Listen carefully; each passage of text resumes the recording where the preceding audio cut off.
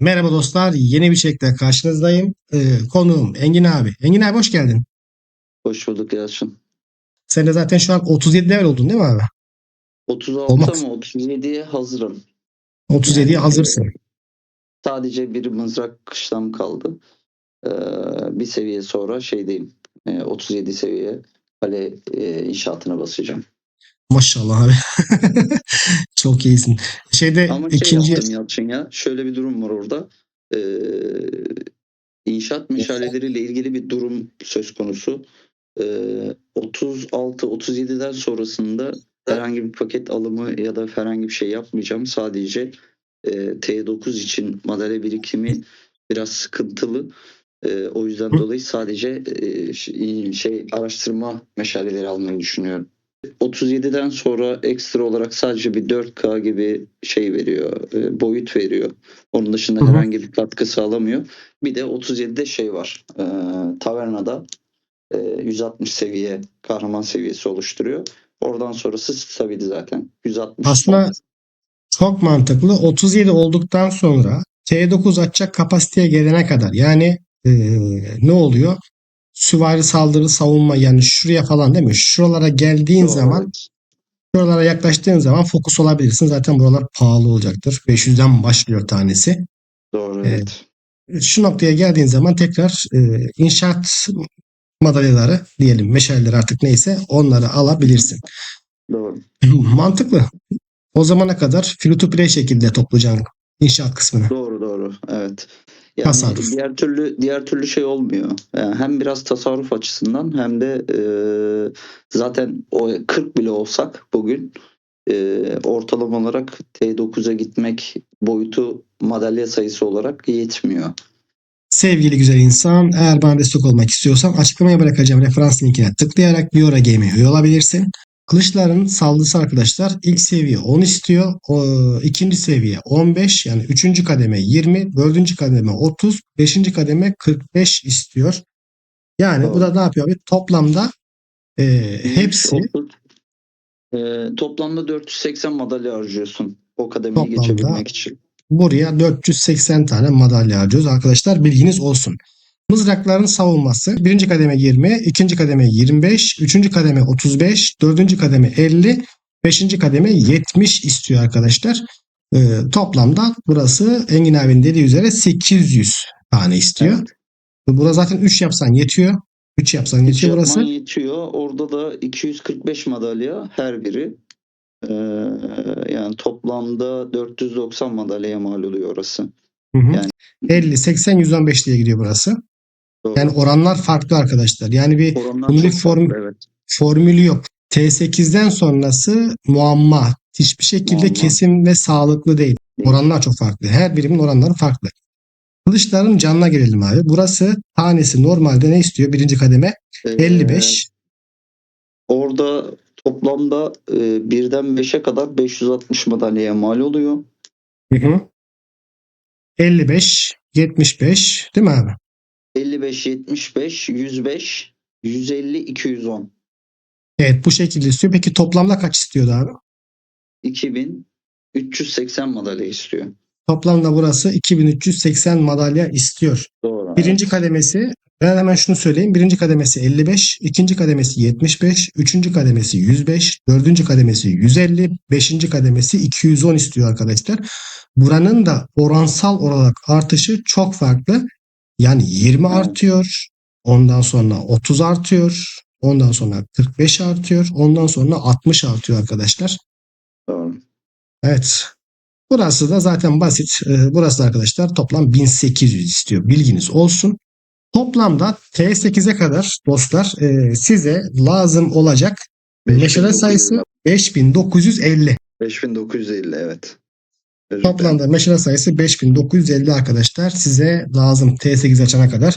Hesabınızı, kitabınızı ona göre yapın. Bu oranların niye verdik? Bu oran atıştan niye verdik abi? Çünkü değil mi? Buralar Genel hesaplanamaz. olarak bir matematiksel bir hesap olarak hesaplamaya çalıştık ama tabii bu bastığımızı gördüğümüz için bunu net bir şekilde söyleyebiliyoruz ama basmadığımız konusunda bir oranlamayı yakalamak mümkün olmuyor. Mümkün Anca değil. yani bunu 20 gün sonra falan anca ortaya çıkar. Ama tabii bunu Şimdi abi hesap yapmak bu da mümkün hadi değil. bura 10, 20, 30 gitsin ama bak mesela burası 10, 20, 30 gitmedi gitti. Birinci bölümde 22 çıkıyor farklıydı. yani. Hepsi birbirinden farklı. Buralarda da Evet. hepsi birbirinden farklı olacak arkadaşlar. Bunu kesinlikle hesaplayamazsınız. Ben bunu %100 hesapladım diye bir şey yok. Yani Yok hepsinin yok. oranları farklı. 36. Bizimkiler 36, 36'ya kadar. Sen kendini hesaplıyorsun, tamam. 36 hatta 37'yi de görüyoruz biz. 480 madalya. Arkadaşlar sadece kasaba merkezinin 30'dan 35'e kadar 1310 tane altın anahtar istiyor. Sadece kasaba merkezi için bu. Şimdi gelelim Taverna'ya. Arkadaşlar toplam 393 tane de şey istiyor. Taverna istiyor. 30'dan 35'e kadar, bilginiz olsun. Surlar. Suru hesaplayalım. Bunu da sen söyle abi. Surlarda 100, 110, 125, 145, 175 olarak gidiyor. 35 seviyeye kadar olan kısım. Toplamda da 655 madalya gidiyor. 655 tane ne istiyor abi? Altın anahtar mı? 3, 4, 5. Altın anahtar gidiyor. Üniversite arkadaşlar birinci kademe 80, ikinci kademe 88, üçüncü kademe 100, dördüncü kademe 116, yani 35. level ise 144 tane altın anahtar istiyor. Toplamda ise 528 tane altın anahtar istiyor. Kışlalar konusunda da 31, 32, 33, 34, 35'te sıralamada 60, 66, 75, 87, 105 altın meşale ihtiyacı duyuyor her biri için. Ama burada bir sıralama var arkadaşlar. Her seviyede farklı farklı basıyorsunuz. 35'e gelene kadar Süvari Kışlası'nda 32, Okçu Kışlası 33, Kılıç Kışlası 35, 31'i basarken mızrağı istiyor. Süvari Kışlası'nı 2 seviye istiyor. Daha sonrasında Okçu Kışlası'nı 3 seviye istiyor. Sonra Kılıcı 4 seviye istiyor. Şey bitiyor, kale bitiyor 35. Siz de Sonra burada arkadaşlar bu baraka seviyelerinden kademelere göre puanları kendiniz hesaplayabilirsiniz. evet, Biz olabilir. hangi kademede kaç tane altın anahtar verdiğini söyledik videoda. Engin abi de 35'e kadar kışlaların hangi seviyede olduğunu söyledi işte. 31'de bu, 32'de bu diye anlattı tek tek. Oradan siz kafanızda arkadaşlar hesap kitabı yapın. Şimdi abi gelelim madenlere, gold mine'lara, madenlere. Madenler 35'e kadar kaç seviyede abi? Baksana bir. Oduncu 34, tamam mı? Benim şu an 36 da 35 için söylüyorum. Ondan sonra 32 taş, 33 altın, 33 evet değirmen 34. Tamam. 35 level'e kadar size arkadaşlar madenlerin seviyelerini söyledik. Şimdi madenler için gerekli olan arkadaşlar altın anahtar sayısını söyleyeceğiz. Birinci seviye için 20, ikinci seviye için 22, üçüncü seviye için 25, dördüncü seviye için 29, hadi beşinciyi de söyleyelim 35. Engin abi arkadaşlar 36 level olduğu için 36'da 48 istiyor. Doğru mu abi? Doğru, evet. Ha, 35 T8 açana kadar elçilik 34'te kalsa yetiyor. Doğru mu? doğru evet. Tamamdır. O zaman biz seviyesini söyleyelim. 31. seviyede 80, 32. seviyede 88, 33. seviyede 100, 34. seviyede 116 istiyor arkadaşlar. Bilginiz olsun. 35'te de 140 istiyor dedin değil mi abi? Doğru, evet. Güzel. Kaldı ev. 35'e 35. Birinci seviyede 30, ikinci seviyede 33, üçüncü seviyede 37, dördüncü seviyede 43, 35 seviyede 54 arkadaşlar. 35 levelde galiba 49 diye hatırlıyorsun değil mi abi? Doğru evet, 49 diye hatırlıyorum. 49. Artı eksi olabilir arkadaşlar. Engin abi orayı tam hatırlamıyor. Not almamış. Basmış o gün Evet. KVK'da. Doğru, Bilginiz evet olsun. ya. 35 levele kadar ne kadar altın madalya lazım, hepsini tek tek anlattık. Seviyelerine kadar işte kışlalar hangi seviyelerde kalıyor, madenler hangi seviyelerde kalıyor, elçilikte 34'te kalıyor, hepsini söyledik. Her kademede istedikleri altın anahtarlarını teker teker anlattık. Ondan sonra arkadaşlar en doğru şekilde teknoloji ağacında, kırmızı teknoloji dediğimiz teknoloji ağacında da kaç tane meşale istiyor? Hepsini de doğru şekilde söyledik. Günlük 11K doruk karşılığında 80 tane Meşale mi alıyorsun yoksa altın anahtar mı alıyorsun yoksa toplam mı? Meşale alıyoruz. Toplamda 80 meşale alabiliyorsun. 11K doruk 11.5K karşılığında. 11.5K doruk diyelim. Evet. Hı hı.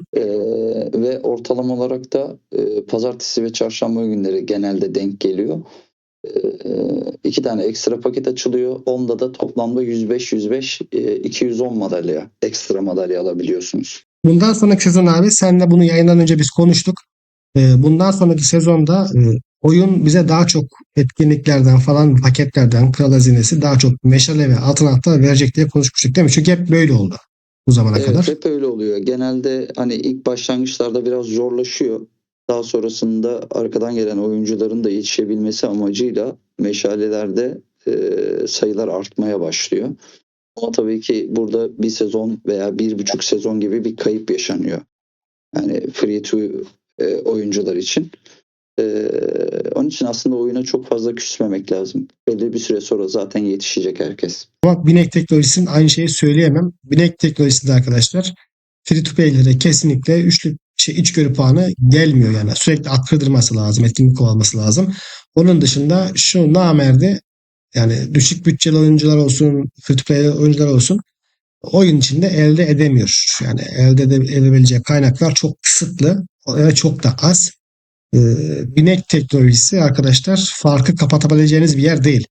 Bak moru kapatırsınız bir şekilde kırmızı T8'e de gidebilirsiniz bir şekilde ama binek teknolojisi arkadaşlar sizin farkı kapatabileceğiniz bir yer değil. Oyun Evet. buraya koymuş yani burada noktayı koymuş. Dostlar umarım bu bilgiler işinize yaramıştır. Kanala abone değilseniz abone olursanız sevinirim. Beğeni ve yorum atmayı unutmayın. Takipte kalın. Yeni içeriklerle karşınızda olacağız. Kendinize iyi bakın. Esen kalın.